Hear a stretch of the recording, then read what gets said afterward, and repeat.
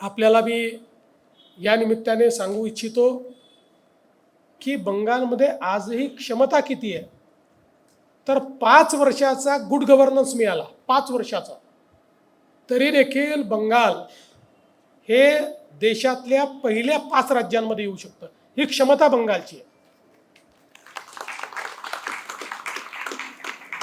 पण त्याकरता good governance आणावा लागेल. आणि आपल्याला माहिती आहे, देशामध्ये गुड गव्हर्नन्स हे मॉडेल आपले पंतप्रधान नरेंद्र मोदीजींनी तयार केलं आहे. आज आपण पाहू शकतो,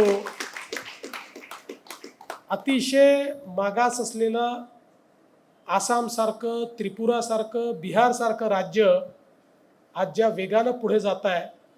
आसाम तर आता एक प्रकारे देशाच्या ग्रोथ इंजिनमध्ये आलेला आहे. देशाची सेमीकंडक्टरची भूक आता आसाम पूर्ण करताय. इतक्या देशाच्या मुख्यधारेमध्ये आसाम आलेला आहे. इथे तर सगळी इकोसिस्टीम आहे.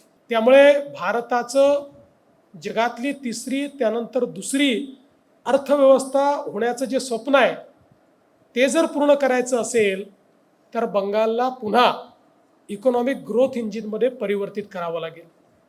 आणि म्हणूनच आपल्याही सगळ्यांना माझी विनंती आहे, आपला जो इथला सगळा मराठी समाज आहे त्या सगळ्यांना माझी विनंती आहे की बंगालकरता आणि देशाकरता ही निवडणूक महत्त्वाची आहे.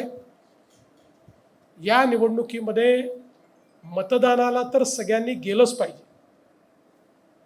आणि अर्थातच गेल्यानंतर परिवर्तनाकरताच मतदान केलं पाहिजे. हे मतदान देशहिताचं मतदान असणार आहे.